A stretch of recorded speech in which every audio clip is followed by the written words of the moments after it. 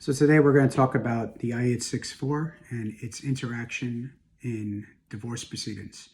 The I-864 is an immigration form. It's used by the immigration services for purposes of when a petitioner is applying for a relative, in this case a spouse, and it's used to make sure that the intended immigrant, whether they are adjusting to status while being in the country or coming over on an immigrant visa, will not become a public charge.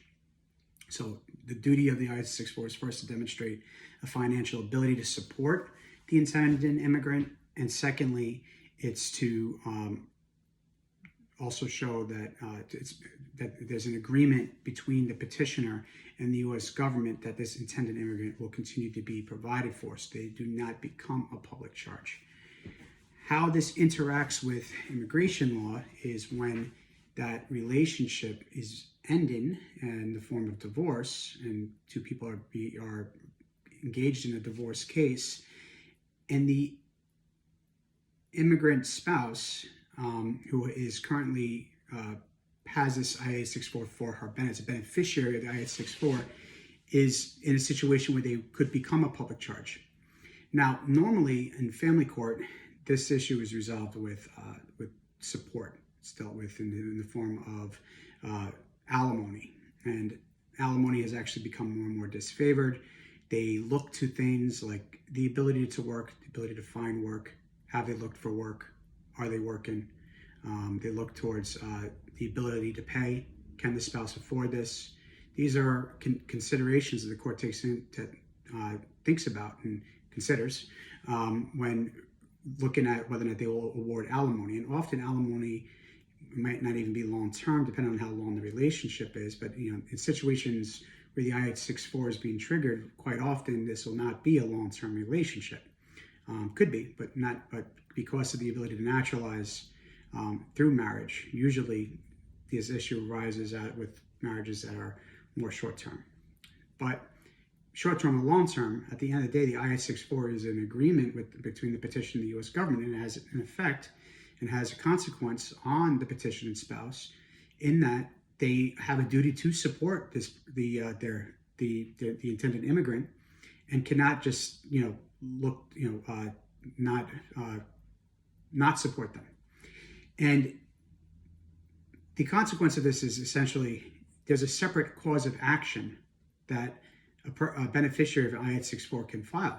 They can file saying, hey, I need support. I'm not working. I don't have, income right now. I'm in danger of becoming a public charge, and they're not supporting me. So I'm suing to try to achieve, trying to force them to provide me financial support to keep me above the poverty guidelines. One of the consequences with the I-864 is that it has less defenses, and there's less room for interpretation of what is required. There's case law, essentially, and there has not been a lot of Supreme Court decisions on the I-864. So there's circuit opinions that are not exactly clear. But there's an issue of whether or not there is any type of duty upon the beneficiary to look for work. There is an issue about whether or not, a question about to what extent they have to mitigate the expenses or costs to the petitioner. This is even more complicated and more problematic when you consider the fact that divorce and the separation of legal relationships does not negate the responsibility of the petitioner under an I-864.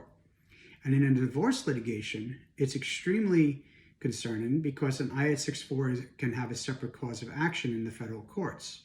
So you might think you're going to litigate one cause of action in one court and deal with your divorce in that court, and find yourself actually also litigating in federal court on the I-864 responsibilities.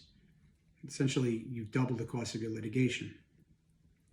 So this is a big concern for any spouse who is considering divorce and has an immigrant spouse who is potentially be considered living under poverty guidelines, currently unemployed, or in any type of situation where they might need that type of support. The terminating events are very harsh and very clear. The intended spouse has to become a U.S. citizen. That terminates the responsibility under the I-864. They have to work 40 quarters, which is 10 years, which is, again, would be a long period of time and turn into a long-term marriage, and likely the person would have had adequate opportunity to naturalize. And not always the case, but that usually is the case. So often that event won't be triggered. And there's several other ones, but essentially the main point of it is that until the person becomes a U.S. citizen or is deported, officially deported and removed, this responsibility is ongoing. My office has represented individuals that have been in this position on both sides of it, and the I-864 is a very unappreciated and often not discussed consideration when you have an international relationship in marriage that is now resulting in divorce, and how that affects divorce proceedings. And it's something that needs to be considered and understood in any divorce proceeding where one of the spouses is an immigrant who's a permanent resident that has come over on an immediate relative petition or adjusted on an immediate relative position. If you find yourself in that situation and you wish to, you can call my office, 781-281-8251, or email me at andonmattenlaw@gmail.com, and we can discuss how to go forward from there.